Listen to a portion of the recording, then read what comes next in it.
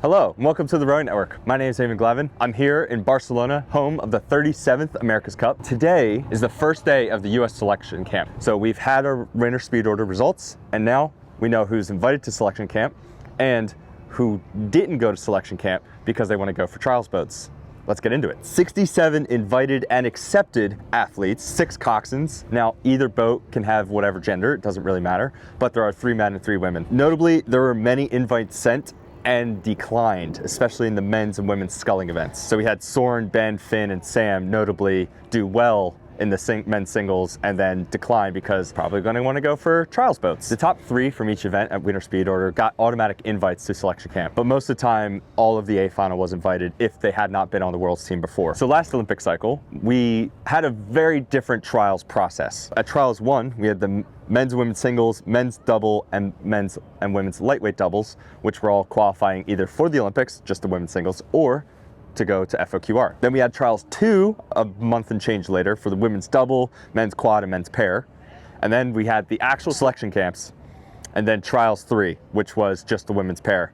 So coming out of selection camp then. This time, with everybody being down in selection camp at the same time, you're really starting to see how Yossi's changing the system a little bit, and seems like it's making it more efficient. We've had great results at Worlds and whatnot, but we will see how we do at the actual Olympics. So the U.S. Olympic trials are 1 full week from April 2nd to 7th, and we'll have the men's and women's singles, pairs, and quads in those events, as well as the men's double and a lightweight double. The PR1 singles and the PR2 mixed double will also be racing. Olympic trials are like knockout events. This is not speed order. There is no prize for second place. You win the event, you qualify your boat either for the Olympics or to go to FOQR. Selection camp is priority based off of the 2023 World Champs from what we know so far. Women's sweep boats will be the 8, 4, then pair, which will go through trials and then to Paris. And then the women's sculling is the women's double. Women's quad will go to trials, FOQR, and then maybe Paris if they win trials, or FOQR. And then the women's lightweight double is a selection of camp. Now the men's sweep on the other side, we've got the men's 4, then the men's 8, which has to go to FOQR and qualify. And then we've got the men's pair, which will go to trials and then go to Paris. So there's certain boats will not be in certain races because they've already qualified based on the 2023 World Rowing Championships. Now with Olympic trials, there's also restrictions around media because NBC owns the Olympics. That's why they spent $12 billion on it. So there is no filming the field of play like we had done at winter speed order because it was not an official Olympic event. We will be doing a lot more interviews with the athletes. I'll be taking a lot more photos. I'll be doing my best Row 2K, Sports Illustrated, Sports Graphics, Row 360. I'll mark 1 impressions. We'll see how it goes. So the men's and women's singles will be those who did probably get invites to camp but declined knowing they wanted to go for the single.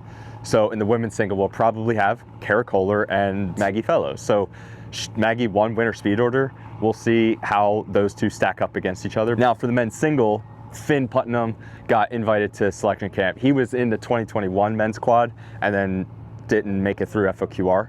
So we thought he might have gone for the men's quad, but he's decided to continue with the men's single. Sam Melvin got an invite, like all these guys got invites, but they've all decided they want to go for their specific event class, which is the trials boat. So we're going to have tons of men's and women's singles, but they're just knockout. We don't care about B finals. It's only who wins the A final.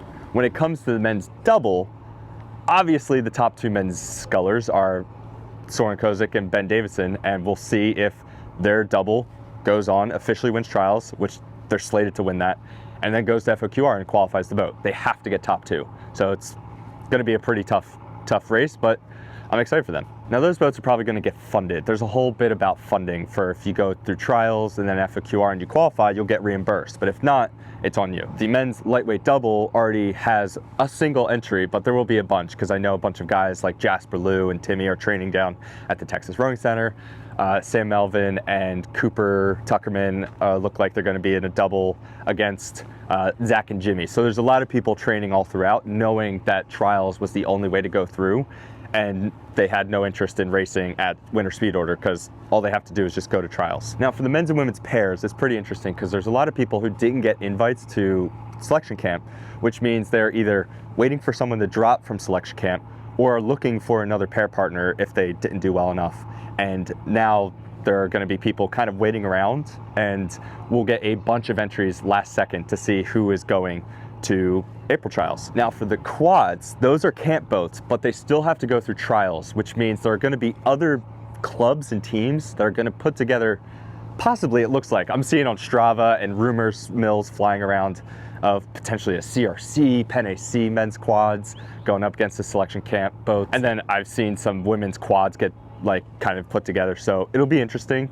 I assume that the top selected quad from camp is going to win because the best of the best rowers should be there. Now, it's not always the case because in Olympic year, things get a little weird depending on what the federation's looking for, high performance director really wants to focus on, the athletes want to focus on. So come April 7th, we will know who is on the Olympic team or attempting to qualify for the Olympic team based on FOQR. Now, I've heard the women's sweep camp might not actually select the boats because they don't have to go to FOQR, whereas the men's sweep camp has to select the men's 8. And when you win and qualify through FOQR, you are the boat.